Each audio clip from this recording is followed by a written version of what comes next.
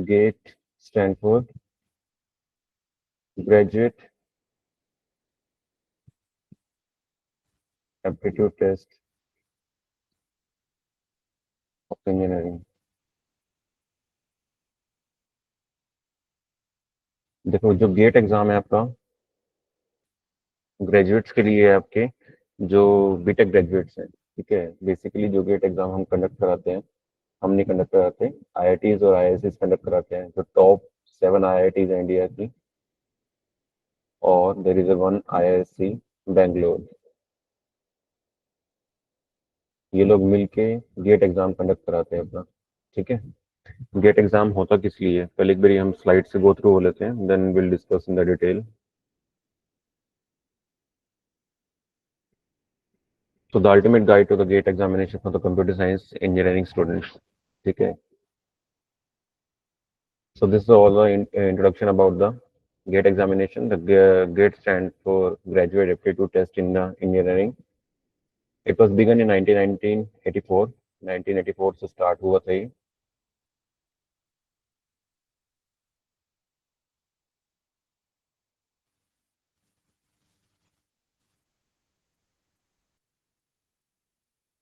होता किसके लिए, ये पोस्ट ग्रेजुएशन के लिए होता है, पब्लिक सेक्टर में जाने के लिए होता है। पब्लिक सेक्टर्स के आपके that is a PSUs. Total India के अंदर 254 पीएसयूज हैं। अगर आप गवर्नमेंट सेक्टर को डायरेक्टली टारगेट करना चाहते हो आफ्टर योर बीटेक, तो you can directly give the exam of a GATE exam, और उसके थ्रू आप डायरेक्टली पीएसयूज के अंदर, मैं अभी आगे डिस्कस करेंगे कौन कौन से पीएसयूज हैं, ठीक है, इंडिया के अंदर जो टॉप मोस्ट पीएसयूज हैं आपके, उसके अंदर आप डायरेक्टली रिक्रूट कर सकते हो आफ्टर योर ग्रेजुएशन, ठीक है। और सेकंड ऑप्शन क्या आपके पास, आप पोस्ट ग्रेजुएशन के लिए, लाइक अपनी एमबी के लिए, अपने एमएस के लिए, you can go to the top most institute in India, like IISc Bangalore and 7 IITs on behalf of the National Coordinator Body of University, Ministry of the Education। ये जो आपका सारा प्रोग्राम चलता है मिनिस्ट्री ऑफ एजुकेशन के under चलता है यहाँ पे, ठीक है।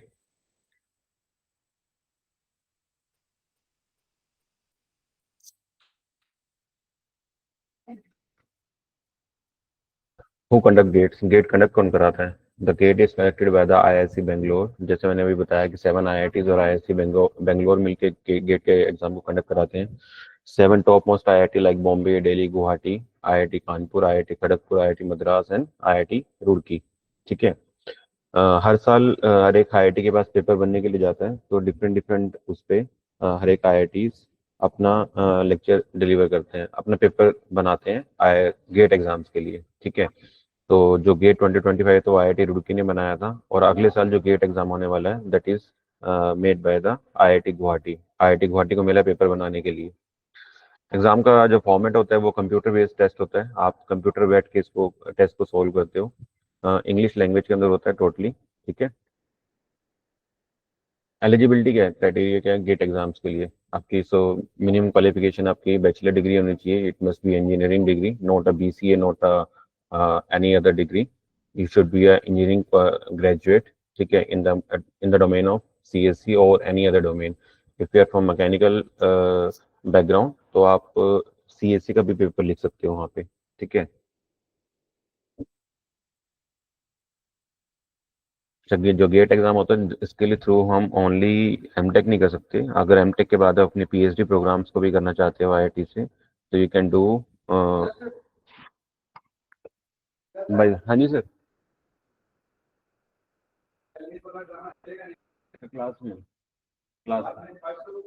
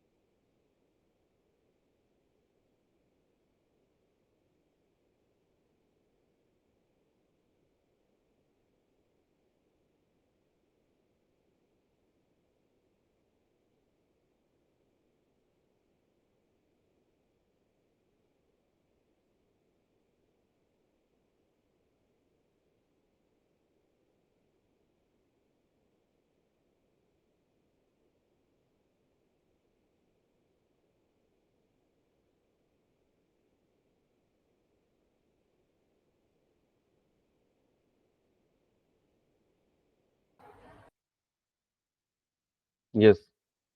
So we'll continue. So that is eligible criteria. BTech की डिग्री होनी चाहिए आपके पास मिनिमम। एज क्राइटेरिया को कोई लिमिट नहीं है, वैसे जो जनरली हम बात करते हैं 42 ईयर्स तक आप एज गेट एग्जाम लिख सकते हो।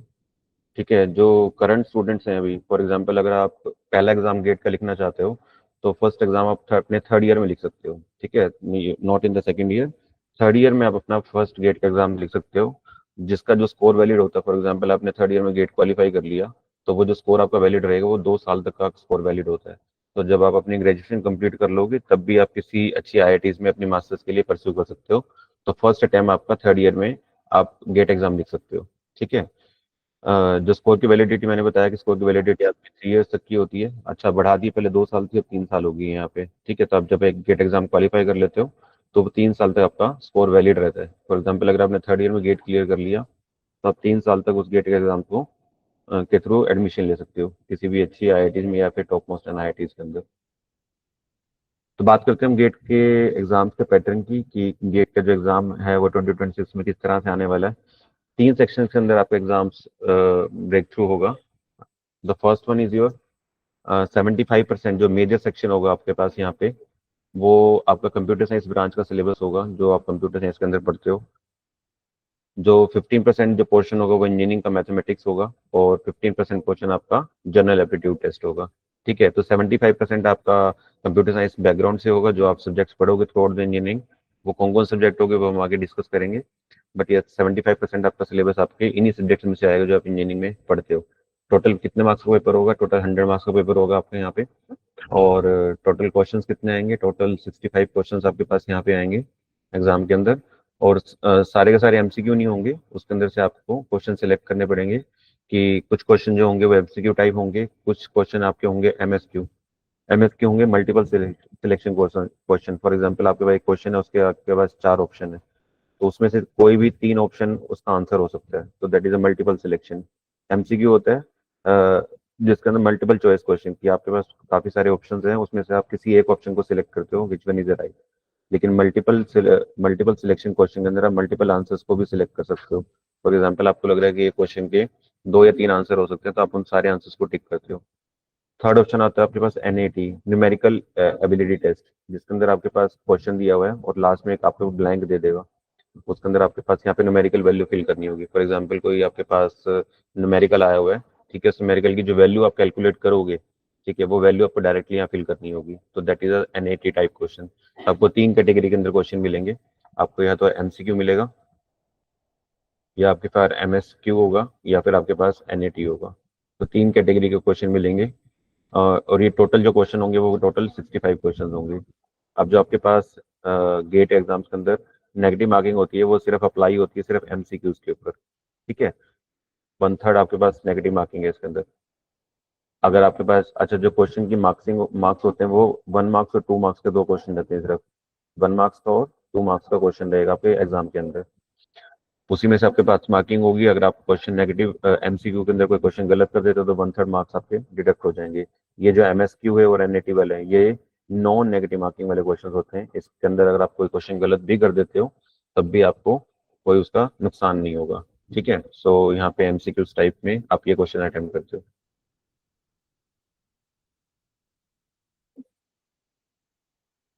नेक्स्ट।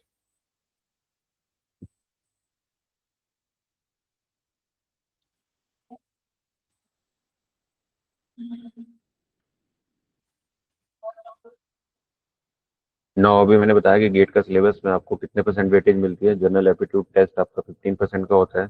इंजीनियरिंग मैथमेटिक्स आपका 13% का होता है। जनरल एप्टीट्यूड के अंदर आप क्या क्या कवर करते हो? Verbal ability, numerical ability, data interpretation के क्वेश्चन और लॉजिकल रीजन के क्वेश्चन। ये सबसे इजीएस्ट पोर्शन होता है आपका, अगर आप गेट एग्जाम लिखने जा रहे हो। तो अगर आपको मार्क्स 50, इसमें से सबसे हाईएस्ट स्कोरिंग मार्क्स होता है ये आपका एरिया। ठीक है, 2 टाइम्स मैंने खुद गेट क्लियर किया हुआ है। ठीक है, इन 2016 और 2018 के अंदर। ठीक है, तो इसलिए मुझे इसका सारा पैटर्न पता है, तभी मैं आपके साथ डिस्कस कर पा रहा हूँ यहाँ पे। ठीक है, तो हाईएस्ट जो स्कोरिंग होती है आपकी वो सबसे ज़्यादा होती है अपनी जनरल एप्टीट्यूड के अंदर। इसके जो क्वेश्चन होते हैं वो बहुत इजी होते हैं। अगर आप थोड़ा बहुत भी अपना लॉजिकल माइंड से क्वेश्चन को देखोगे तो you can easily crack out this questions. अगला जो क्वेश्चन होता है उसकी वेटेज होती है 13%, जिसके अंदर आप मैथमेटिक्स के बारे में डिस्कस करते हो, जिसके अंदर जो मेजर सब्जेक्ट रहता है आपका डिस्क्रीट मैथमेटिक्स रहता है, लीनियर अलजेब्रा रहता है, कैलकुलस रहता है, प्रोबेबिलिटी एंड स्टैटिस्टिक्स। इनके अंदर आपके पास क्वेश्चन आएंगे in the field of engineering mathematics के डोमेन के अंदर। इसके जो क्वेश्चन होते हैं वो थोड़े मॉडरेट टू हाई होते हैं, ठीक है, इजी नहीं मिलेगा आपको यहाँ पे, मॉडरेट टू हाई मिलेगा। थर्ड क्वेश्चन जो आपके पास आता है that is a computer science core branch, जिसके अंदर आपने इंजीनियरिंग की है, उसके अंदर जो सब्जेक्ट्स आप गेट के लिए प्रिपेयर करते हो, the first exam would be of digital logic. Second आता है आपके पास कंप्यूटर आर्किटेक्चर, प्रोग्रामिंग लैंग्वेज, जिसको हम सी लैंग्वेज भी बोलते हैं यहाँ पे, प्रोग्रामिंग इन सी। एल्गोरिथम, ये डेटा स्ट्रक्चर है। थ्योरी ऑफ कंप्यूटेशन, जिसको हम ऑटोमेटा थ्योरी बोलते हैं। Compiler designing, operating system, database and network. ठीक है, तो ये सारे सब्जेक्ट्स आपके पास रहेंगे आपके पूरे गेट के सिलेबस के अंदर। अब आप ये वाले सब्जेक्ट अपनी इंजीनियरिंग के कौन कौन से सेमेस्टर्स में पढ़ोगे, मैं आपको यहाँ पे बता देता हूँ, सो दैट कि जब आप गेट के बारे में प्रिपेयर करने जाओ तो आपको पता हो कि कौन से सेमेस्टर में आपको किस सब्जेक्ट को टारगेट करना है। डिजिटल लॉजिक आप पढ़ोगे आपका फोर्थ सेमेस्टर के अंदर। कंप्यूटर आर्किटेक्चर आप पढ़ोगे फिफ्थ सेमेस्टर में। प्रोग्रामिंग इन सी आप पढ़ के आ चुके हो ऑलरेडी फर्स्ट सेमेस्टर के अंदर, that you have done first semester. Algorithm आप इस सेमेस्टर में जब आप क्लासेस के लिए आओगे आप मंडे से, that is your third semester. Algorithm को हम बोलते हैं data structure. Theory of computation, इसको हम बोलते हैं ऑटोमेटा थ्योरी, या फिफ्थ सेमेस्टर में पढ़ोगे। कंपाइलर डिजाइन, ये आप सेवन्थ सेमेस्टर में पढ़ोगे। ऑपरेटिंग सिस्टम, ये भी आप फिफ्थ सेमेस्टर में पढ़ोगे। और डेटाबेस, ये आप फोर्थ सेमेस्टर में पढ़ोगे। और कंप्यूटर नेटवर्क, ये आप फिफ्थ सेमेस्टर में पढ़ोगे।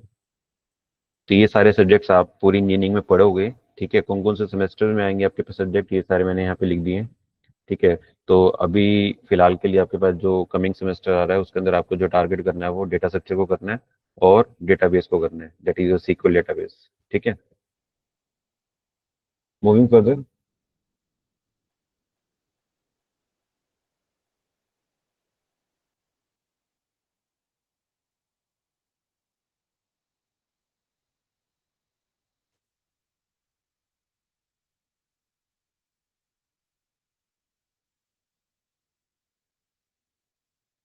इंजीनियरिंग मैथमेटिक्स का डिटेल सिलेबस के बारे में बताएं यहाँ पे। आप मैथमेटिक्स के अंदर कौन कौन से टॉपिक्स कवर करते हो जहाँ से गेट एग्जाम में आपको क्वेश्चन पूछता है। ठीक है, तो ये आपके डिस्क्रीट मैथमेटिक्स, ऑल दो ये सब्जेक्ट आपका ऑब्सोल्यूट हो चुका है, ये सीएससी कोर ब्रांच के अंदर ये सब्जेक्ट है आपका, तो ये आपको पढ़ाया नहीं जाएगा, ये आपको खुद से पढ़ना पड़ेगा।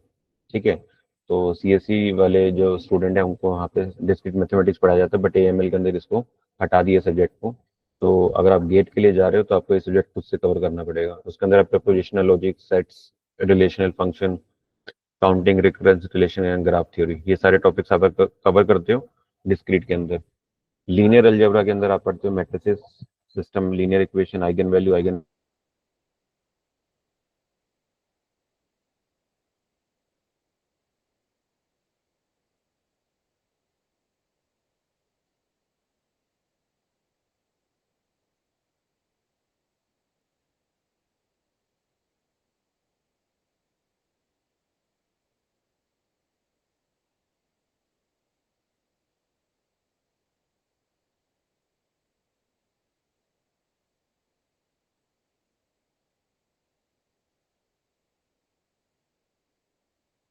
हेयर कि इंजीनियरिंग मैथमेटिक्स को हम डिटेल में देख रहे थे कि आपकी इंजीनियरिंग मैथमेटिक्स के कौन कौन से सब्जेक्ट हैं जो आपको डिटेल के अंदर पढ़ने हैं। I was talking about the discrete mathematics, ये आपको सब्जेक्ट खुद से पढ़ना पड़ेगा because this subject is not a part of your AIML. ठीक है, ये सब्जेक्ट आपको खुद से कवर करना है। लीनियर अलजेब्रा ये आप एआईएमएल के अंदर पढ़ोगे, ये आपका सब्जेक्ट थर्ड सेमेस्टर में आ जाएगा। जब आप थर्ड सेमेस्टर में आप आओगे तो आपको लीनियर अलजेब्रा के सारे टॉपिक वहाँ पढ़ने को मिलेंगे। सिमिलरली कैलकुलेशन, प्रोबेबिलिटी, ये आई थिंक आप लोग पढ़ के आ चुके हो या फिर आपको भी पढ़ना है। ठीक है, तो ये थर्ड या फोर्थ सेमेस्टर में आपको पढ़ने को मिलेगा। ठीक है, तो this is about the detail summary of your mathematics subject. अगला जो सब्जेक्ट आपके पास आएगा, yes, these are the CSC syllabus. कि इसका इसके अंदर आपको कौन कौन से डिटेल टॉपिक्स पढ़ने हैं अगर आप गेट एग्जाम को टारगेट कर रहे हो। तो डिजिटल लॉजिक के अंदर ये आपको सारे टॉपिक्स कवर करने होंगे। प्रोग्रामिंग एंड डेटा स्ट्रक्चर के अंदर C programming, recursion, array, stack, queues, link list, binary search, graph and hashing, ये सारे सब्जेक्ट अभी टॉपिक्स आपके लिए अननोन है। आई जस्ट ओनली शो कि आपका ये सिलेबस रहने वाला है आपके यहाँ पे, क्योंकि अभी आप इस सिलेबस से अवेयर नहीं हो। ठीक है, तो जब जैसे इसको आप पढ़ लोगे then you will familiar with this term कि ये सारे टर्म्स हैं क्या क्या। ठीक है, तो I just only show you the कि आपको सिलेबस के अंदर पढ़ना क्या क्या है।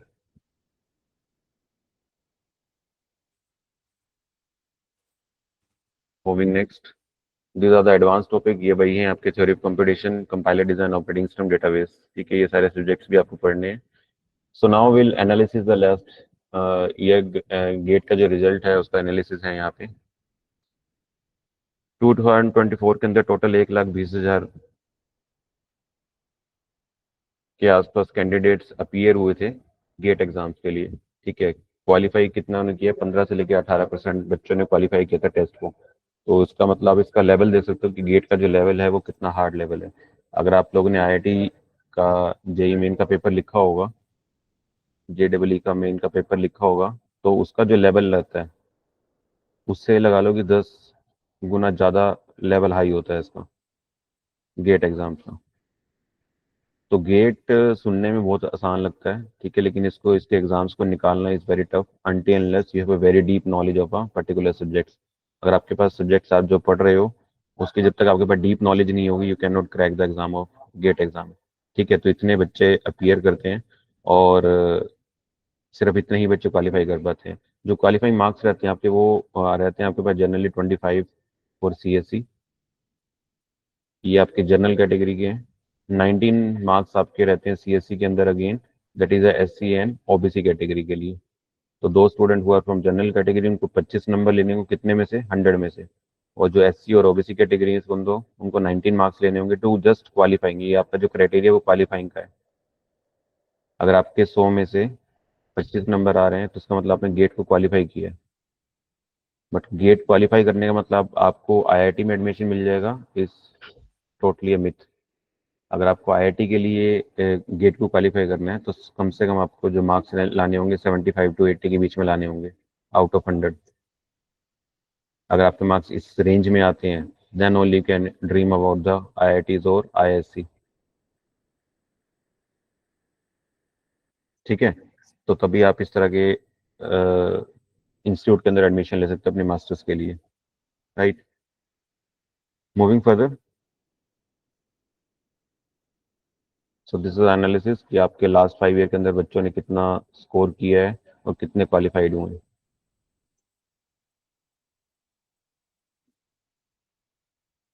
That is again the cut off marks आपके जो रहते हैं पर ईयर के हिसाब से, ये उसका ग्राफ है। ठीक है, day by day this graph is increasing. Clear.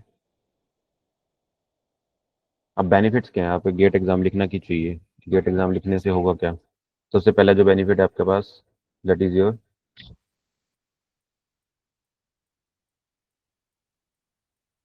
Prestigious education system. कि किसी भी आप टॉप आईआईटी से, एनआईटी से, आईआईसी बेंगलोर से अपने मास्टर्स प्रोग्राम को परस्यू कर सकते हो। That are the most prestigious institute in India. ठीक है, तो अगर किसी ने 12th के अंदर या 11th के अंदर ड्रीम देखा होगा कि मुझे आईआईटी से अपनी बीटेक करनी है और किसी वजह से वो नहीं कर पाया, तो गेट आपको एक दोबारा से अपॉर्चुनिटी देता है कि अगर आप अपने मास्टर्स को किसी आईआईटी से परस्यू करना चाहो तो आप वहाँ से इजीली अपने आईआईटी से अपनी डिग्री को परस्यू कर सकते हो। ठीक है, तो सबसे पहला तो है आपके पास एडवांटेज कि अपने मास्टर्स को किसी आईआईटी या टॉप मोस्ट एनआईआईटी से, आईआईसी बेंगलोर से अपनी मास्टर्स को परस्यू कर सकते हो। फाइनेंशियल सपोर्ट, अच्छा अब जो मेन बात आती है आपके पास फाइनेंशियल वाली, कि जो स्टूडेंट का मेन कंसर्न होता है कि बीटेक हमने कर ली है, we have completed our BTech. ठीक है, इसके अंदर जो मोस्ट ऑफ द स्टूडेंट है दे आर फ्रॉम की मिडिल क्लास फैमिली से हैं। ठीक है, और मिडिल क्लास फैमिली का बच्चा जनरली लोन के थ्रू अपनी एजुकेशन को कंप्लीट करता है, कि उनके फादर या मदर ने बैंक से लोन लिया होगा, उस बैंक के लोन स्टडी के ऊपर अपनी बीटेक को क्या कर रहे हो, परस्यू कर रहे हो। ठीक है, अब बच्चे कहते हैं कि बीटेक करने के बाद सर और नहीं पढ़ा जाएगा क्योंकि हमारे घर की फाइनेंशियल कंडीशन ठीक नहीं है, माँ बाप और पे नहीं कर सकते हैं, तो हम एमटेक नहीं कर सकते। ऑल्दो हमारा मन है करने का एमटेक किसी आईआईटी से, ठीक है, मैं गेट के लिए तैयारी भी करने के लिए तैयार हूँ, बट फाइनेंशियल कंडीशन मेरी अलाउ नहीं करती है। तो उसके लिए आपको गेट, जो गवर्नमेंट है, इंडियन गवर्नमेंट जो है,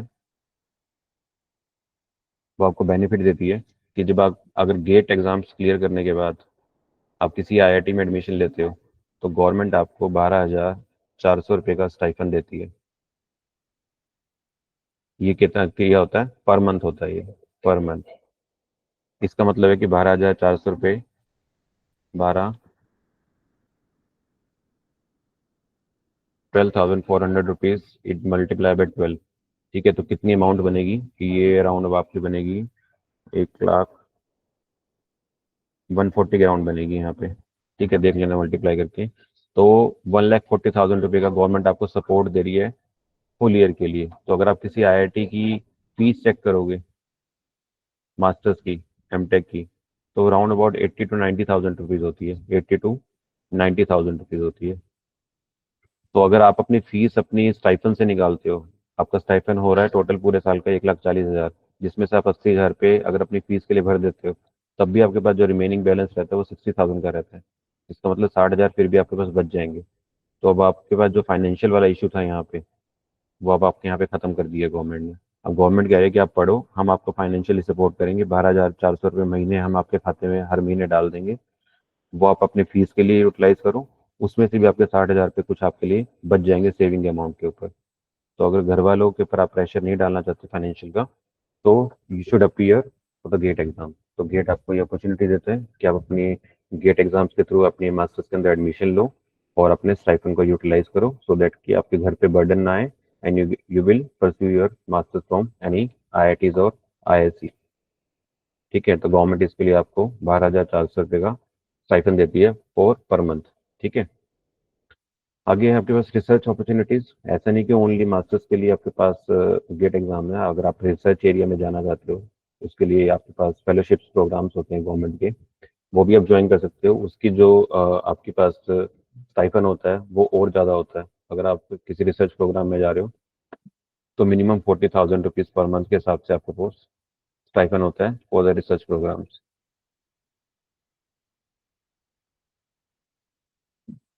तो जो लोग पीएचडी अपनी आईआईटी से कर रहे हैं थ्रू द गेट एग्जामिनेशन, तो वो 40,000 रुपीज़ पर मंथ स्टाइफन ले रहे हैं गवर्नमेंट से। ठीक है, तो that is again the another benefit. Global recognition, directly PhD admission in India and international university. Same आप गेट का जो स्कोर है, फॉरेन की कुछ यूनिवर्सिटियां उसको रिकॉग्नाइज करती हैं। तो अगर अपनी मास्टर्स को या अपनी पीएचडी का फॉरेन यूनिवर्सिटी से आप परस्यू करना चाहते हो, तो वहाँ पे गेट का स्कोर आपका वैलिड माना जाता है। Foreign universities like NTU Singapore university, and this is another university in foreign. ठीक है, तो कुछ यूनिवर्सिटीज हैं, आई एम नॉट सेइंग कि सारी की सारी फॉरेन यूनिवर्सिटी आपके गेट स्कोर वैलिड मानती हैं, but yes there is some foreign countries over which कि आप गेट का स्कोर दिखा के वहाँ पे एडमिशन अपना ले सकते हो। ठीक है, so this is again a global recognition of the GATE examination. Next आपके पास आते हैं, these are the career opportunities after the GATE examination. जैसे मैंने अभी बताया था कि आप अपने पीएसयूज के अंदर जा सकते हो, you can go to the top PSUs in India. PSUs क्या होते हैं, पब्लिक सेक्टर अंडरटेकिंग। ये गवर्नमेंट की वो ऑर्गेनाइजेशन होती हैं कि जो आपकी तरह एक सेमी गवर्नमेंट की तरह वर्क करती हैं। सेमी गवर्नमेंट का मतलब है कि जो 99% या मोर देन 90% जो शेयर होता है वो गवर्नमेंट का होता है, और जो 10% होता है वो इसके अंदर प्राइवेट का होता है, जिसको हम सेमी गवर्नमेंट जॉब्स बोलते हैं। ठीक है, तो अगर आपको डायरेक्टली पीएसयू के अंदर जाना है, तो आप गेट का स्कोर दिखा के आपको कोई भी डायरेक्टली पीएसयू इंटरव्यू के लिए डायरेक्टली कॉल कर लेगा। फॉर एग्जाम्पल, अगर आपको इसरो में जाना है, ठीक है, तो इसरो में आपको, या तो अगर आप गेट के थ्रू नहीं जा रहे हो, तो आपको इसका यहाँ पे अलग से रिटर्न टेस्ट देना पड़ेगा। When you qualify the written test, उसके बाद आपको इंटरव्यू के लिए कॉल आएगी। बट अगर आप गेट क्वालिफाइड हो, तो आपको डायरेक्टली इंटरव्यू कॉल आ जाएगी, आपको रिटर्न देने की जरूरत नहीं है। तो दैट इज अ बेनिफिट और a power of a GATE examination. ठीक है, पीएसयूज में जाने की क्या एडवांटेज है कि आपके पास जो सैलरीज है वो हाई पेइंग सैलरीज है, सिक्योर है, गवर्नमेंट जॉब है, तो आपकी सिक्योरिटी वहाँ पे है। ठीक है, एक्सीलेंट बेनिफिट्स एंड पर्क्स हैं, जो गवर्नमेंट के जितने बेनिफिट्स आपको है वो सारे मिलते हैं आपको।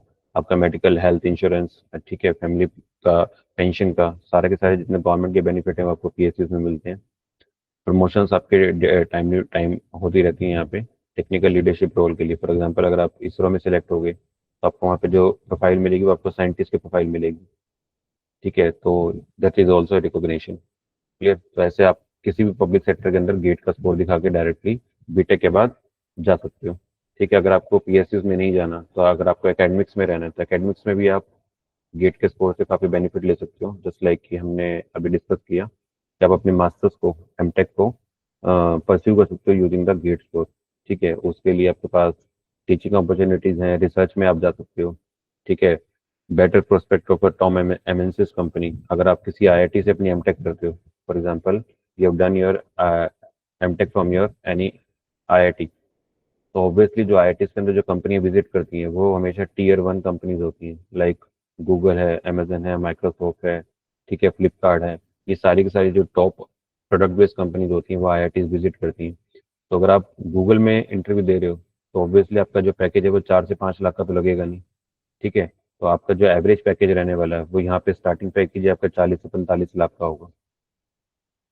ठीक है, इसके ऊपर हम डिटेल डिस्कशन करेंगे कि इसका क्या बेनिफिट है। ठीक है, starting at the higher package with the excellent growth, वही मैंने बताया कि भी आप सीधा अपनी जो स्टार्टिंग है वो अपनी हाई सैलरी से कर सकते हो if you are giving your GATE examination and do the masters from any top institute in India. So these are the some of the opportunities as far as the private sector and the government sectors are concerned. Next, so we have a lot of talk about the PSUs. So what are the PSUs in India? ये कुछ PSUs हैं आपके जो India के अंदर top rated हैं आपके पास, like ONGC है आपके पास, NTPC है, गेल है, IOCL है। ठीक है, PSUs की कैटेगरीज होती हैं कि कौन कौन से सेक्टर्स में आप PSUs में जाना चाहते हो, लाइक ये एनर्जी सेक्टर है आपके पास, मैन्युफैक्चरिंग सेक्टर के अंदर बेहल है, सेल है, CIL है। ठीक है, सिमिलरली इंफ्रास्ट्रक्चर के अंदर आपके पास these are the some of the PSUs जो आपके पास, जिनके थ्रू आप डायरेक्टली इंटरव्यू के लिए जा सकते हो। And when you qualify the interview in any particular PSU, so you are directly selected। ठीक है, so this is the power of the GATE examination.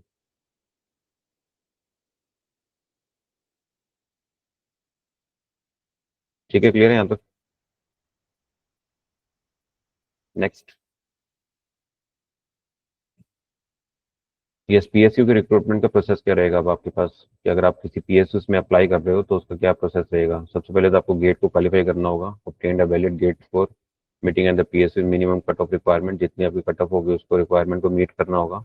उसके बाद क्या करते हैं, आप अप्लाई करते हो किसी PSU में, आप एप्लीकेशन लिखते हो और उसके बेस पे आप क्या होते हैं, शॉर्ट लिस्ट किए जाते हैं वहाँ पे candidate short list based on the GATE score. अगर आपका गेट स्कोर ज़्यादा है तो आपके एप्लीकेशन को शॉर्ट लिस्ट कर लिया जाएगा। उसके बाद आपके पास ग्रुप डिस्कशन के लिए या पर्सनल इंटरव्यूज के लिए आपको बुलाया जाता है। ठीक है, उसके बाद फिर फाइनल सिलेक्शन होता है and the salary package would be starting आपकी 70 से लेके 1,20,000 तक आपकी स्टार्टिंग पैकेज रहता है किसी भी PSU के अंदर। This is a government rates के, कि अगर आप किसी भी PSU के अंदर सेलेक्ट हो जाते हो then your starting salary would be 70,000 से लेके 1,20,000, that is your starting amount.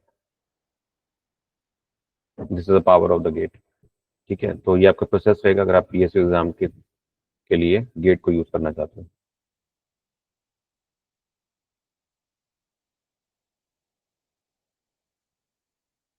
Higher education के लिए आपके पास क्या क्या ऑप्शन है, ऐसा नहीं कि ओनली आप सिर्फ अपनी एमटेक ही कर सकते हो गेट के through, you can also pursue your MBA programme also.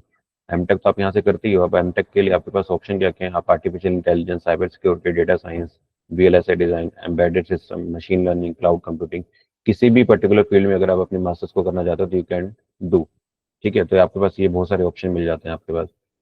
MBA programme अगर आपको गेट के थ्रू करना है तो you can also do your MBA programme through the GATE examination. कुछ स्टूडेंट होते हैं जिनको बीटेक प्लस MBA करनी होती है, तो अब MBA के पास जो फुल फ्लैश एग्जाम है वो कैट का एग्जाम है इंडिया के अंदर, जिसके अंदर आपको टॉप मोस्ट IIMs के अंदर सिलेक्शन मिलती है।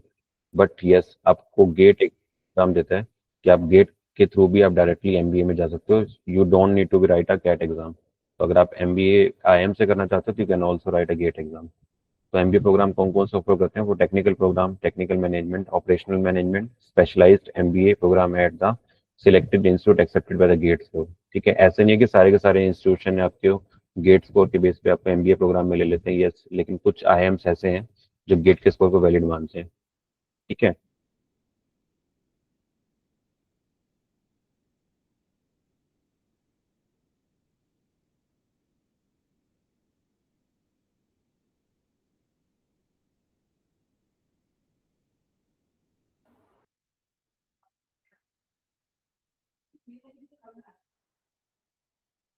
Yes, this is a stipend as far as the GATE is giving a stipend to the master students, and this is a junior fellowship and this is a senior fellowship. ये जो है basically ये PhD programmes के लिए है।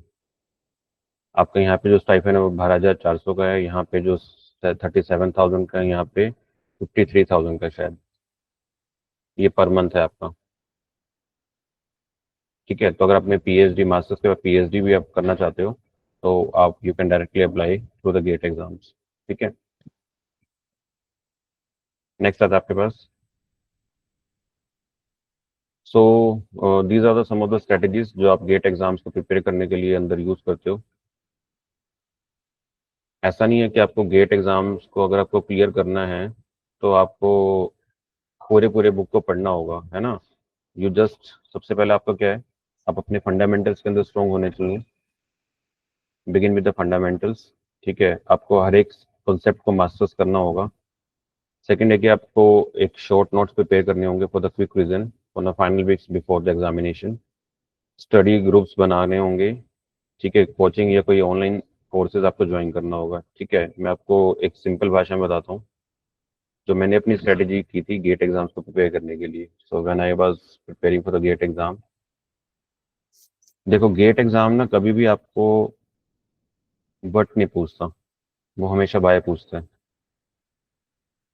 But when ये नहीं पूछता। फॉर एग्जांपल अगर आपको कोई क्वेश्चन दे दिया जाए कि पानीपत की पहली लड़ाई कब हुई थी, तो आप बता सकते हो हिस्ट्री के अंदर कि 1857 के अंदर पानीपत का पहला वॉर लड़ा गया था। ठीक है, लेकिन गेट आपको ये नहीं पूछता। गेट आपको क्या पूछता है कि पानीपत की पहली लड़ाई लड़ी क्यों गई थी, वाई, वो रीजन पूछता है आपसे। ठीक है, तो गेट इज नॉट अबाउट कि भी अगर आपने फॉर एग्जांपल सी लैंग्वेज के अंदर आपने कंसेप्ट पढ़ा होगा रिकर्जन का। आई होप सबने रिकर्जन पढ़ा होगा फर्स्ट ईयर के अंदर। रिकर्जन की आपने सिंपल डेफिनेशन पढ़ी होगी, the function call itself again and again is called recursion. ये सबने रटी रटाई ये डेफिनेशन पढ़ी हुई है। फिर आपने एक छोटा सा फैक्टोरियल का प्रोग्राम बनाया होगा यहाँ पे।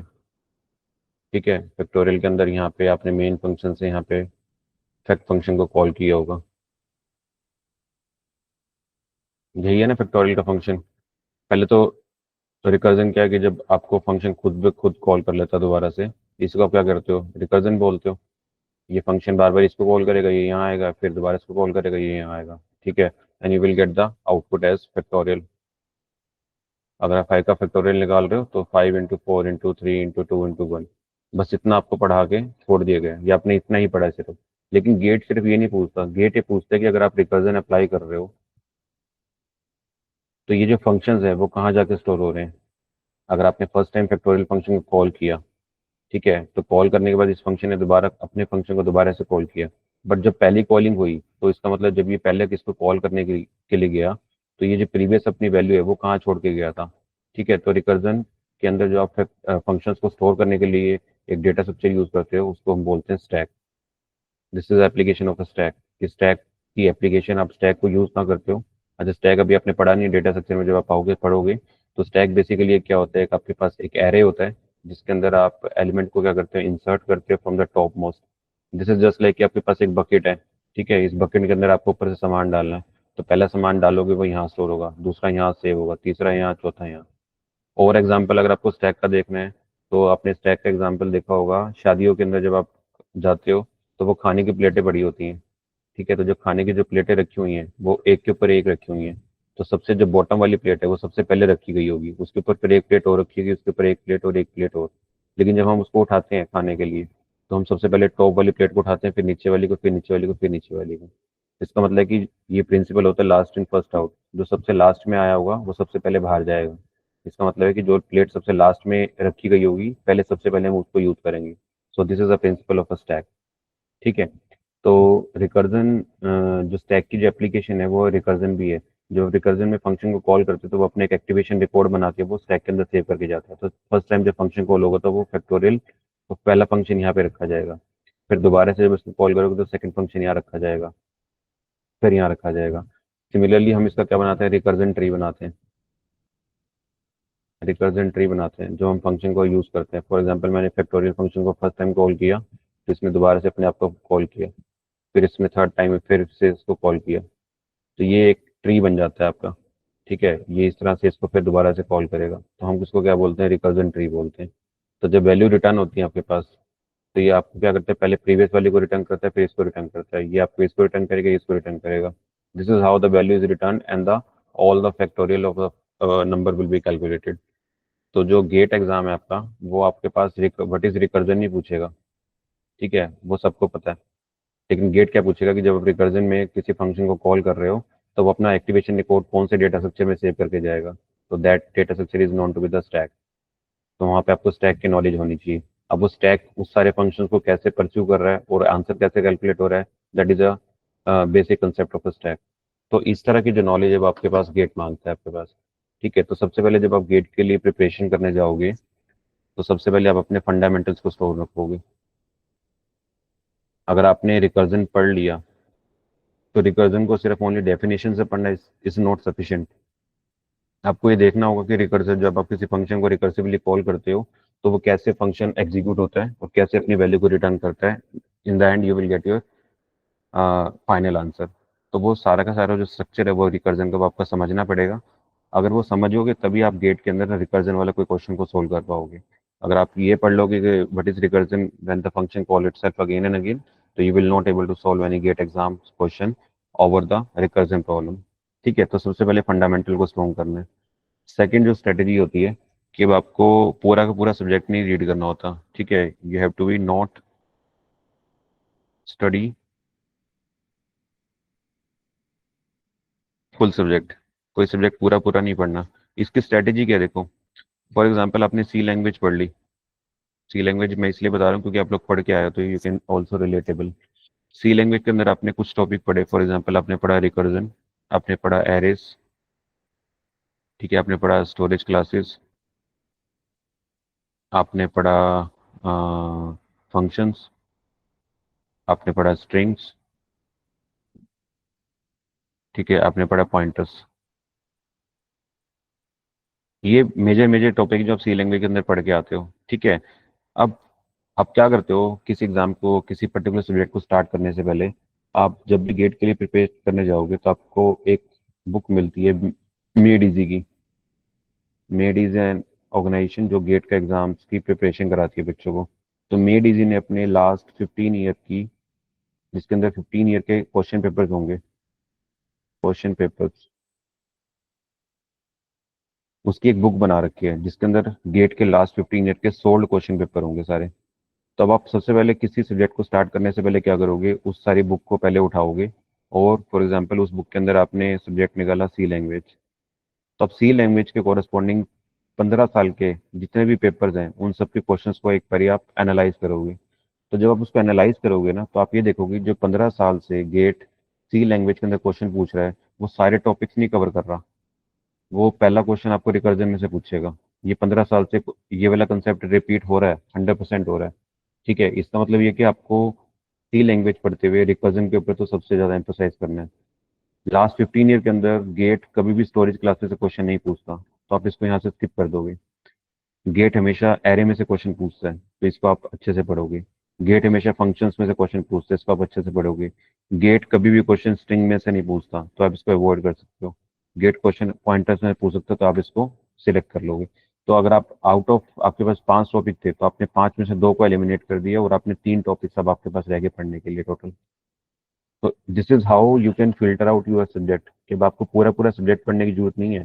पूरा सब्जेक्ट आप पढ़ोगे तो कभी भी गेट क्लियर नहीं कर सकते। आपको सबसे पहले स्ट्रेटेजी रखनी होगी कि जितने टॉपिक आपके पास, अगर 5 टॉपिक हैं, और उन 5 टॉपिक में से गेट जो है वो 3 टॉपिक्स हर बारी पूछ रहा है, लास्ट 15 ईयर्स में से हर बारी इसके अंदर से कोई ना कोई क्वेश्चन आ रहा है, तो आप 5 में से उन 2 टॉपिक को स्किप कर दोगे, जो कि लीस्ट वेटेज वाले हैं। हो सकता है कि इन 2 टॉपिक्स में से एक आधी बारी क्वेश्चन पूछ लिया हो, लेकिन मैक्सिमम मेजोरिटी वो 3 टॉपिक्स के साथ है।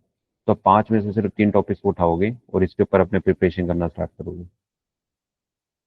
ठीक है, so this is how you are filtering your topics from your particular subject. अगर मैं बात करूं डेटा स्ट्रक्चर की, डेटा स्ट्रक्चर के अंदर आपके पास, लेट मी चेक की कनेक्शन आ रहा है कि नहीं आ रहा। ये सब आवाज आ रही है ना सबको? ओके, अगर आप डेटा स्ट्रक्चर की बात करो तो डेटा डेटा स्ट्रक्चर के अंदर आप कंसेप्ट पढ़ोगे स्टैक का, आप पढ़ोगे क्यूज का, आप पढ़ोगे ट्री का, आप पढ़ोगे ग्राफ का, ठीक है, और आप पढ़ोगे लिंक लिस्ट का। इसी के अंदर आपके पास पूरी डेटा स्ट्रक्चर खत्म हो जाती है, ठीक है। अब स्टैक, क्यू, ये वो वाले टॉपिक है जिसमें से वो कभी भी डायरेक्टली गेट क्वेश्चन नहीं पूछता, ठीक है, इसको घुमा के पूछ लेगा, स्टैक को एरे के साथ कनेक्ट कर देगा, ठीक है। ऑल दो स्टैक भी एक एरे ही है, लेकिन वो इसमें से क्वेश्चन आपको डायरेक्टली नहीं पूछेगा। कि स्टैक के अंदर वैसे हम दो एल्गोरिथम पढ़ते हैं जिसको हम बोलते हैं पुश और पॉप। कि जब आप एलिमेंट को स्टैक के अंदर डालते हो उसको हम बोलते हैं पुश करना, जब एलिमेंट निकालते हो उसको हम बोलते हैं पॉप करना, ठीक है। तो कभी भी गेट ये नहीं पूछेगा कि पुश की एल्गोरिथम में से थर्ड स्टेप कौन सा है, नेवर आस्क्ड, ठीक है। वो ये पूछ लेगा कि अगर आपको स्टैक को क्यू से इंप्लीमेंट करना हो, you have to be implement stack using queue, तो आप कैसे करोगे? कि आपके पास क्यूज दी हुई हैं, अब उसका स्टैक की तरह आपको यूज करना है, तो वो कैसे कर सकते हो? या फिर रिवर्स में क्या पूछ लेगा कि इंप्लीमेंट क्यू यूजिंग स्टैक, वो कैसे करोगे? ठीक है, तो इस तरह के रिवर्स करके वो क्वेश्चन पूछ सकते हैं इन दोनों कंसेप्ट के अंदर से। ये ट्री के अंदर, आप ट्री आपके पास एक ब्रॉडर डोमेन है यहाँ पे, ठीक है। इसके अंदर आपके पास बाइनरी ट्रीज आ जाते हैं, इसके अंदर आपके पास बी ट्री आ जाते हैं, इसके अंदर एमबी ट्री आ जाते हैं, ठीक है। तो इसके अंदर आपके पास और काफी सारे टॉपिक जो ट्री के अंदर आप कवर करते हो। अब इसके अंदर जो टॉपिक्स हैं वो बी ट्री आपका हमेशा मैक्सिमम टाइम पूछे वाला क्वेश्चन है, जिसके अंदर ट्री के अंदर से बी ट्री के अंदर वो हमेशा क्वेश्चन पूछते ही पूछते हैं। तो अब ट्री के अंदर भी आप उन वाले टॉपिक जैसे एमबी ट्री, इसके ऊपर कभी भी आज तक गेट के अंदर क्वेश्चन नहीं आया। बाइनरी ट्री है, इसके ऊपर कभी कभी क्वेश्चन आ जाता है। तो आप टॉपिक्स को क्या करते हो, फिल्टर आउट करते हो from the particular subject and the further particular topic. अब वो फिल्ट्रेशन के लिए आपको क्या करना पड़ेगा, आपको मेड इजी की बुक खरीदनी पड़ेगी, ठीक है। मेड इजी के आपके बुक के अंदर आपको 15 ईयर्स के क्वेश्चन पेपर मिल जाएंगे, 15 ईयर्स क्वेश्चन पेपर, ये सोल्ड होंगे सारे आपके पास। तो आप इन सारे क्वेश्चन पेपर को, ये सब्जेक्ट वाइज अरेंज होते हैं। फॉर एग्जांपल आपके पास सी लैंग्वेज है, उसके आपके 15 साल के पेपर अलग से होंगे। फिर डेटा स्ट्रक्चर सब्जेक्ट आप उठाओगे, उसके 15 साल के पेपर होंगे अलग से। तो अब जिस सब्जेक्ट को आप रीड करना स्टार्ट कर रहे हो, पढ़ना स्टार्ट कर रहे हो, उसके 15 साल के क्वेश्चन पेपर को एनालाइज करो। एनालाइज करके आप एक लिस्ट बना लो, चेक लिस्ट बना लो कि कौन कौन से टॉपिक है जो 15 साल में बार बार रिपीट हो रहे हैं। आप उनका नाम यहाँ लिख लो। बस अब आपको क्या करना है, उन्हीं टॉपिक को पढ़ना है अपनी प्रिपरेशन के लिए। जो टॉपिक इसके अंडर नहीं आ रहे उनको आप क्या कर दो, स्किप कर दो। तो इससे क्या होगा, अगर आपके पास सिलेबस 100% है सी का, सी लैंग्वेज का, तो आपको 100% सिलेबस नहीं पढ़ना, आपको ओनली 65% सिलेबस पढ़ना है, ठीक है। तो इसका मतलब है कि जो आप 35% सिलेबस एक्स्ट्रा पढ़ रहे थे, वो आप अपना ओनली टाइम वेस्ट कर रहे थे। ना तो गेट उसमें से एग्जाम में से क्वेश्चन पूछेगा, you are just only wasting your time. तो अपना टाइम यहाँ पे सेव कर सकते हो 35% सिलेबस को स्किप करके। उसको स्किप कैसे करना है, उसको एनालिसिस के बेसिस पे स्किप करना है। ये नहीं, ऐसे स्किप नहीं करना कि ये टॉपिक समझ में नहीं आ रहा। फॉर एग्जाम्पल अपने रिकर्जन पढ़ने बैठे और आपको रिकर्जन दिमाग में नहीं जा रहा, तो आप सोचोगे चलो इसको छोड़ दो, नहीं, इस तरह से स्किप नहीं करना। टॉपिक को स्किप आपको अच्छे से पढ़ना है, उसके बेसिक्स को, उसके फंडामेंटल्स को, और उसके ऊपर आपको, अच्छा, जब आप टॉपिक पढ़ लेते हो, ठीक है। जब मैं अपना प्रिपरेशन कर रहा था, फॉर एग्जाम्पल मैंने जब रिकर्जन पढ़ लिया था, तो रिकर्जन पढ़ने के बाद मैंने क्या किया था, जो प्रीवियस ईयर के मेरे पास क्वेश्चन थे, 15 ईयर वाले जो क्वेश्चन पेपर थे, पहले तो इसका मतलब है अगर 15 ईयर के क्वेश्चन पेपर है तो उसका मतलब 15 क्वेश्चन तो मेरे को वहां पे मिल गए। कौन से? रिकर्जन के ऊपर। तो सबसे पहले तो मैंने उनको सोल्व किया कि क्या मैं पिछले 15 साल के क्वेश्चन पेपर को के अंदर रिकर्जन वाले टॉपिक को सोल्व कर पा रहा हूँ after reading the recursion topic. तो अगर इस फॉर एग्जाम्पल इसके अंदर से मैंने यहाँ पे 8 9 क्वेश्चन भी सोल्व कर लिए खुद से, तो एक 9 क्वेश्चन सोल्व करके मेरे को कॉन्फिडेंस आ गया कि हाँ, रिकर्जन वाला जो मेरा टॉपिक है वो मेरा 80% प्रिपेयर हो चुका है। अब जो रेस्ट ऑफ द 6 क्वेश्चन है वो मैं सोल्व नहीं कर पाया। अब जो सोल्व नहीं कर पाया तो उसके लिए अब तो खैर चैट जीपीटी अवेलेबल है। पहले तो जब मैंने गेट किया था तो वहाँ पे चैट जीपीटी नहीं था। उस समय आपको गूगल पे क्वेश्चन को ढूंढना पड़ता था, ठीक है। तो मैं अभी आपको 2 3 वेबसाइट बताऊंगा जहाँ से आप अपने गेट के क्वेश्चंस की प्रिपरेशन कर सकते हो। तो फिर वहाँ 6 क्वेश्चंस के लिए मैंने क्या किया था, डिफरेंट डिफरेंट वेबसाइट को सर्च किया था और वहां से उसका लॉजिक देखा था कि मैं किससे इसको आसानी से सोल्व कर सकता हूँ। तो जब मैंने ये 6 क्वेश्चन कर लिए, 9 ये कर लिए, तो मेरे 15 क्वेश्चन यहाँ पे पक्के हो गए थे। 15 क्वेश्चन करने के बाद नाउ आई कैन से कि 90% मेरे को रिकर्जन आ गया टॉपिक। और उसके प्रैक्टिस क्वेश्चन के लिए we have a different website जहाँ पे आप अपने क्वेश्चंस को रिकर्जन वाले क्वेश्चंस को यहाँ पे देख के सोल्व कर सकते हो, जो गेट लेवल के क्वेश्चंस होते हैं आपके पास, ठीक है। तो उस प्रिपरेशन से मेरे को एटलीस्ट ये वाला जो टॉपिक था मेरा रिकर्जन वाला, ये मेरे जब मैंने अपना एग्जाम दिया था उसके अंदर मेरे को 2 क्वेश्चन मिले थे एग्जाम के अंदर, और दोनों के दोनों क्वेश्चन मैंने 2 मिनट या 3 मिनट के अंदर आंसर निकाल दिया था उनका, क्योंकि मेरे फंडामेंटल्स इतने स्ट्रॉन्ग हो गए थे रिकर्जन को लेकर। तो मैंने यहाँ पे इस वाले क्वेश्चन को बहुत अच्छे से अटेम्प्ट कर दिया, ठीक है। तो अगर आप स्ट्रेटेजी वाइज देखो कि टोटल आपके पास 100 मार्क्स का पेपर है गेट का, जो टॉप फर्स्ट रैंकर है, जो लास्ट ईयर का है, जिसका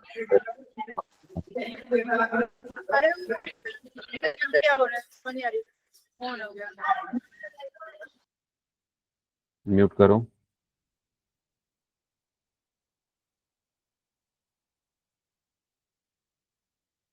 यस, मैं बता रहा था कि जो फर्स्ट रैंक होल्डर था लास्ट ईयर का, यानी कि 2025 का, उसके जो फर्स्ट रैंक वाले के मार्क्स थे आउट ऑफ 100, वो 81 मार्क्स थे, ठीक है। 81 का क्या मतलब है, आपके पास कितने नंबर्स का स्कोप है, 100 - 81, यानी कि आपके पास 19 मार्क्स का भी स्कोप है।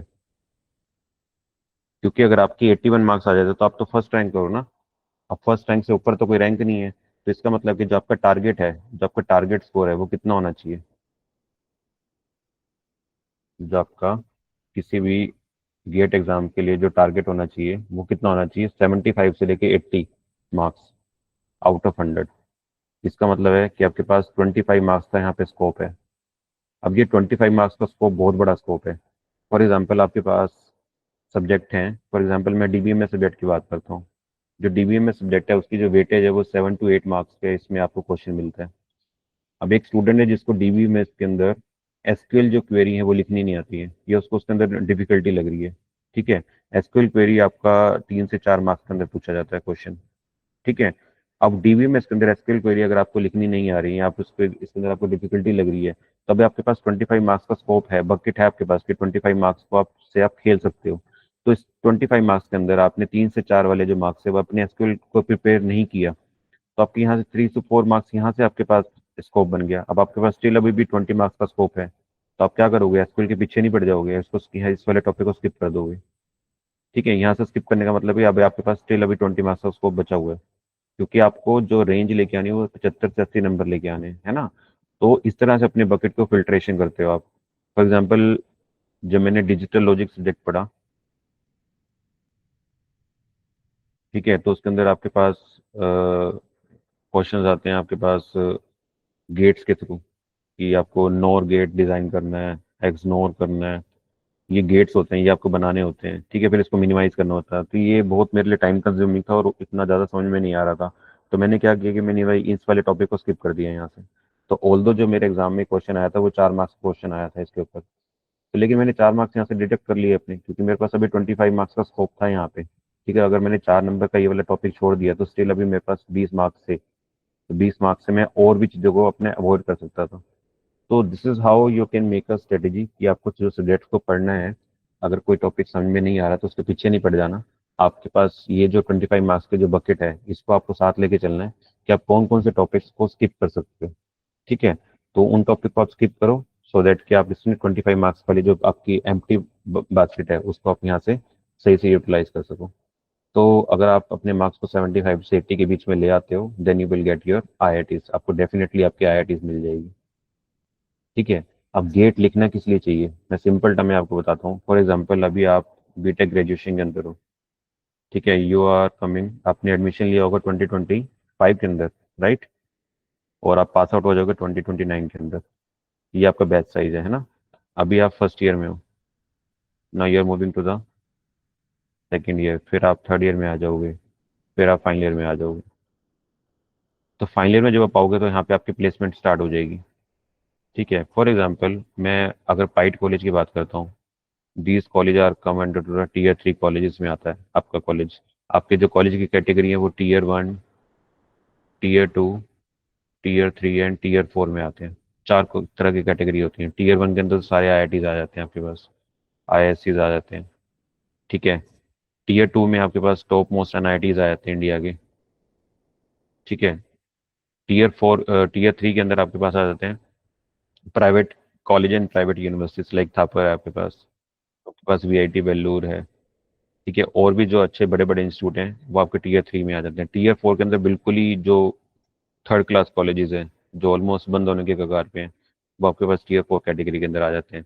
तो टीयर 3 में मैंने फाइट को रखा है, बिकॉज फाइट अभी अच्छा चल रहा है।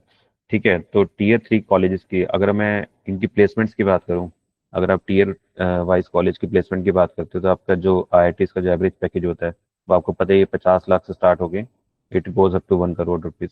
ठीक है, मोर देन 1 करोड़ भी हो जाता है। एनआईटी से यही पैकेज आपके पास 15 लाख से स्टार्ट होके 30 लाख तक जा सकते हैं।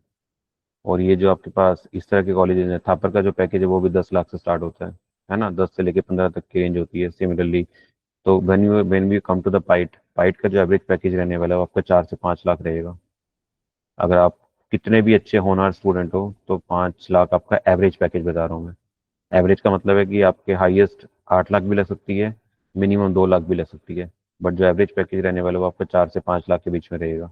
ठीक है, तो अगर आप यहाँ से बीटेक ग्रेजुएशन कर लेते हो, ठीक है, ये pass out from point college, तो फॉर एग्जांपल हम मान के चलते हैं कि आपका जो पैकेज है, चलो हम 8 लाख मान के चलते हैं कि आपकी जो प्लेसमेंट हुई है वो 8 लाख में हुई है। ठीक है, यही अगर आप बीटेक के बाद सीधा कंपनी को ज्वाइन नहीं करते हो, आपने यहाँ पे कंपनी ज्वाइन कर ली है with the package of 8 lakh, आप क्या करते हो, बीटेक के बाद अपना गेट एग्जाम लिखते हो, गेट एग्जाम के बाद अपनी एमटेक को करते हो। एमटेक आप छोटे मोटे कॉलेज से नहीं करते, आप आईआईटी से एमटेक करते हो। ठीक है, अब आप अज्यूम कर सकते हो आईआईटी से जब आप पास आउट हो गया, 2 ईयर का, ये 2 ईयर का प्रोग्राम होता है। अच्छा, ये ध्यान रखना, MTech is of 2 year programme. ठीक है, 2 साल बाद जब आप पास आउट हो गए यहाँ से, फॉर एग्जाम्पल यहाँ पे आप पास आउट हो रहे 2029 में, और यहाँ पे अपने 2029 में आपने एडमिशन ली है, and you will pass out in 2031। 2 साल की आप एमटेक करने के बाद आपका जो एवरेज पैकेज लगने वाला है वो 50 लाख से लेके 1 करोड़ रुपीज तक का लग सकता है।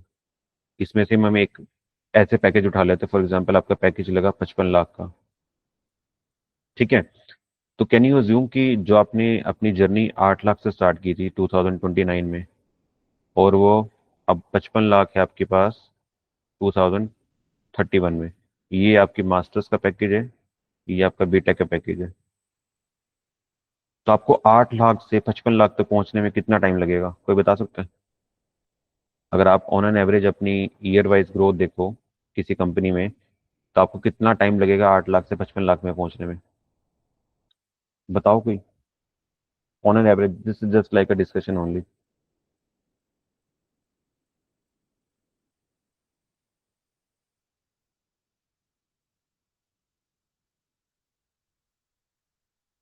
Yes please. चलो हम यहाँ पे मान के चलते हैं कि आपका जो एवरेज जंप है, आप 5-5 लाख रुपए हर साल इंक्रीमेंट ले रहे हो पर ईयर, तो आपकी जो सैलरी है 5 लाख से हर साल बढ़ जा रही है। ठीक है, तो 55 लाख तक पहुंचने में कितना टाइम लगेगा वो, हम यहाँ पे अज्यूम कर लेते हैं कि 8 ईयर्स। चलो 8 भी ना मानो, आप 5 साल लगा लो, यानी कि 5 साल बाद आप 55 लाख के पैकेज पे होंगे when you are done your BTech from पाइट, एंड उसके बाद आप प्लेसमेंट ले लेते हो 8 लाख की। ये वो वाला सिनेरियो कि जब आपके पास आपको पाइट से हाईएस्ट पैकेज मिला है। ठीक है, तो आपको 55 लाख तक पहुंचने के लिए 5 साल लगेंगे। लेकिन यही जर्नी अगर आप अपनी बीटेक के बाद गेट एग्जाम्स देने के बाद मास्टर्स करने के बाद 2 साल बाद ही आपको डायरेक्टली क्या मिल रहा है, 55 लाख का पैकेज मिल रहा है। इसका मतलब है जो 3 साल का जो गैप है वो आप फिल कर रहे हो अपनी मास्टर्स प्रोग्राम से। और ऐसे ही नहीं है कि मास्टर्स आपके पास किसी नॉर्मल कॉलेज से आप मास्टर्स कर रहे हो, you are done from MTech from your IIT. आपके पास एक आईआईटी का टैग होगा, जो लाइफ आप आईआईटी की जीना चाहते थे कभी 12th के बाद, या जी नहीं पाई अपनी लाइफ को, तो 2 साल अपनी लाइफ को आईआईटी के अंदर आप अच्छे से जी सकते हो। और जब वहाँ से पास आउट होगे then you will get a this much package, जो कि आपको पहुंचने के लिए 3 साल एक्स्ट्रा टाइम लगता है जब अगर आप बीटेक करके यहाँ आते। तो ये देखो कि अगर आप इसी के आगे 3 साल आप जाओगे, +3 अगर मैं यहाँ पे 3 ईयर्स ऐड कर दूं, तो ये 55 लाख 3 साल बाद कहाँ होगा, ये 1 करोड़ के आसपास होगा पैकेज आपको। So this is how the fast package growth is to be done in through the GATE examination. ठीक है, ये तो हो गया एमटेक की बात। अगर आप एमटेक भी नहीं करना चाहते हो तो we are talking about the PSUs, है ना, आप किसी पब्लिक सेक्टर को अप्रोच कर सकते हो, पब्लिक सेक्टर यूनिट। उसके अंदर मैंने पैकेज बताया था कि एवरेज जो पैकेज आपका 70,000 से लेके 1,20,000 तक की स्टार्टिंग सैलरी है। गवर्नमेंट जॉब के सारे जितने पर्क्स हैं आपको वो यहाँ पे मिल रहेंगे। ठीक है, आपके हेल्थ की जो इंश्योरेंस है वो गवर्नमेंट करा के देगी। जितने गवर्नमेंट के बेनिफिट है वो आपको सब आपको पीएसयू में मिलते हैं। आपको पीएसयू भी नहीं करना, आपको मास्टर्स भी नहीं करनी है, आप एमबीए प्रोग्राम ज्वाइन कर लो कहीं पे किसी भी आईआईएम से, जो आपको ऑफर कर रहा हूँ। इसके लिए आपको कोई कैट का एग्जाम लिखने की जरूरत नहीं है। You don't try to be write a CAT exam. ठीक है। अगर आपको एमबीए भी नहीं करनी है, अगर आप कहते हो कि सर मुझे तो ना तो मुझे मास्टर्स करनी है, ना एमबीए करनी है, ना पीएचडी में जाना, तो मैं गेट एग्जाम क्यों लिखना चाहिए? तो गेट एग्जाम अगर आप लिख के, फॉर एग्जाम्पल आपका जो परसेंटाइल स्कोर है वो 90 परसेंटाइल आ गया, ठीक है, तो आप अपनी डायरेक्टली रिज्यूमे में स्कोर को लिखो। रिज्यूमे में लिखो कि I am GATE qualified with 90 percentile marks. और अपने रिज्यूमे को अगर आप डायरेक्टली गूगल पे डाल दोगे ना, गूगल जैसी कंपनी में डायरेक्टली पोस्ट कर दोगे, तो वो सिर्फ गेट का स्कोर दे के आपको इंटरव्यू के लिए कॉल कर लेंगी। इंटरव्यू कॉल आ जाएगी आपको। This is after your BTech. After BTech. ठीक है। तो ये इतने सारे बेनिफिट्स हैं आपको गेट लिखने के लिए। अगर आप फाइनेंशियल बात करो, तो आपको मैंने बताया था कि स्टाइपेंड गवर्नमेंट देती है आपको पढ़ने के लिए 12,400 रुपये पर मंथ। आपको फाइनेंशियली अपने पेरेंट्स पे डिपेंडेंट होने की जरूरत नहीं है। So you are independent. You are independent. अब घर वालों को सोचने की जरूरत नहीं है कि बच्चे को पढ़ाने के लिए बैंक से लोन लेना पड़ेगा, क्या करना पड़ेगा, कुछ नहीं करना। गवर्नमेंट आपको फीस दे रही है पढ़ने के लिए। कहाँ से पढ़ने के लिए? आईआईटी से पढ़ने के लिए।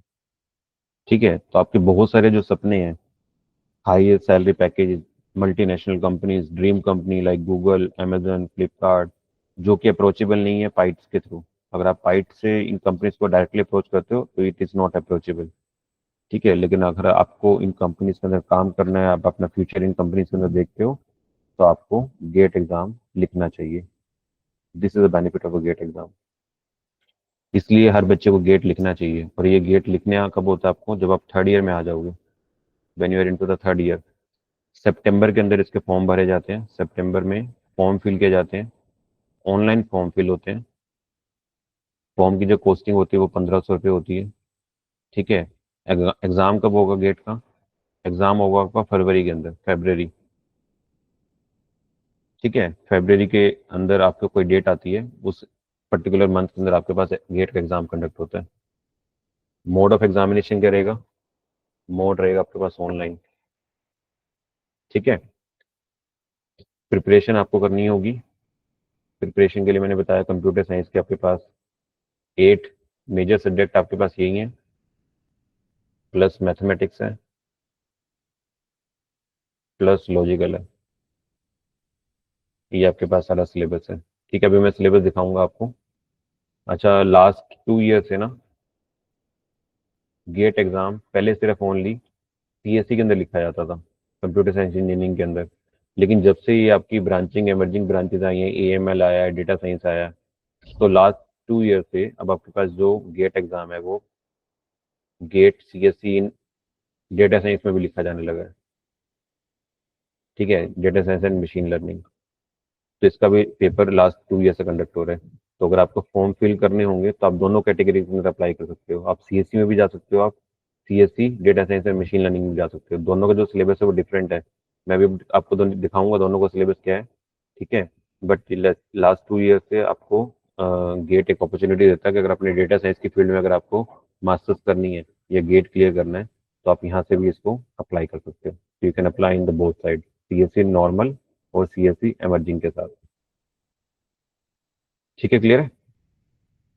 तो व्हेन वी टॉकिंग अबाउट कि आपको गेट का सिलेबस क्या है, जो नेक्स्ट ईयर है वो आप गेट आपका कंडक्ट कराएगी आईआईटी गुवाहाटी। ठीक है। तो जब आप आईआईटी गुवाहाटी के ऑफिशियल वेबसाइट पे जाओगे, देन यू विल गेट ना, आपको यहाँ से आपका टेस्ट प्लान का पैटर्न और सिलेबस मिल जाता है। ये आपके पास ये सारी कैटेगरीज हैं जिसके अंदर आप अपना गेट एग्जाम लिखते हो।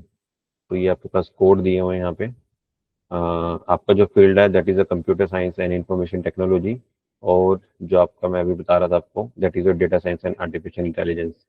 तो मैंने इन दोनों का सिलेबस यहाँ पे ओपन किया। सबसे पहले आप सीएससी का सिलेबस देखो। This is normal CSC syllabus. यहाँ पे देखो इंजीनियरिंग मैथमेटिक्स से स्टार्ट होता है। पहला सब्जेक्ट है आपके पास आता है डिस्क्रीट मैथमेटिक्स, फिर linear algebra, calculus, probability and statistics. ये सारे टॉपिक्स आप ऑलरेडी पढ़ चुके हो। ठीक है, 12th में भी पढ़ चुके हो, अपनी इंजीनियरिंग में भी पढ़ चुके हो। फिर आपके पहला सब्जेक्ट आता है डिजिटल लॉजिक। डिजिटल लॉजिक के अंदर ये सारे टॉपिक्स आप कवर करोगे। फिर सब्जेक्ट आएगा computer organisation and architecture, programming and data structure, algorithm, that is your again the data structure part, theory of computation, compiler design, operating system, database and computer network। बस ये आपको 10 subject आपको पढ़ने हैं पूरी इंजीनियरिंग के अंदर। अगर आप पूरी इंजीनियरिंग के अंदर टोटल मैं कहूँ कि 48 सब्जेक्ट पढ़ोगे, तो उसके अंदर आप सिर्फ 10 कोर सीएससी के सब्जेक्ट पढ़ोगे, कोर सीएससी सब्जेक्ट। इसी के बेस पे आपके पास गेट एग्जाम लिखा जाएगा, यही आपके पास गेट के अंदर पूछा जाएगा। हाँ, लेकिन ये है कि जो टॉपिक्स आप पढ़ोगे वो आपको बहुत डेप्थ में पढ़ने पड़ेंगे, सो दैट कि आप इसको अच्छे से परस्यू कर सको। क्लियर? ये आपका सिलेबस है नॉर्मल सीएससी का। Now comes to the syllabus of data science and machine learning.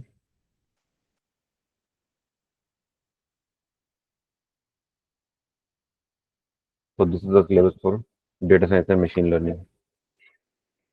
इसके अंदर आपके पास सब्जेक्ट्स आते हैं probability,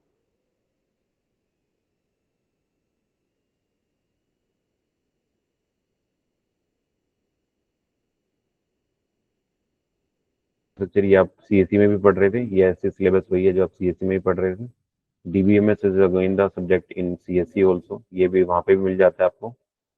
the different subject is only machine learning. Machine learning के अंदर आपके पास ये सारी एल्गोरिथम है, supervised regression, classification, simple linear regression, multiple linear regression, ridge, logical, ये सारी की सारी आपको मशीन लर्निंग के एल्गोरिथम्स पढ़नी है। बस इसका सिलेबस इतना सही है, दैट्स इट।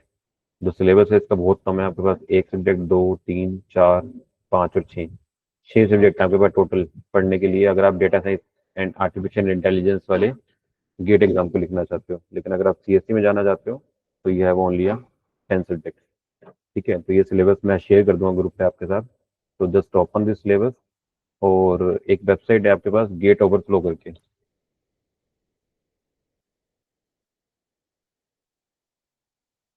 गेट ओवरफ्लो एक वेबसाइट है जहाँ पे आपके पास गेट के सारे एस्पिरेंट्स आपको मिलते हैं। यहाँ पे आपको सब्जेक्ट वाइज आपके क्वेश्चंस भी मिल जाएंगे कि क्वेश्चंस का जो लेवल रहता है वो क्या रहता है। ठीक है, तो मैं यहाँ पे दिखाता हूँ आपको। ये देखो प्रीवियस ईयर यहाँ पे क्वेश्चंस, ओवरफ्लो को बहुत यूज किया था क्योंकि यहाँ पे आपके पास सारे गेट के एस्पिरेंट्स हैं। जो लोग गेट की तैयारी कर रहे हैं वो सारे आपको यहाँ पे मिलेंगे।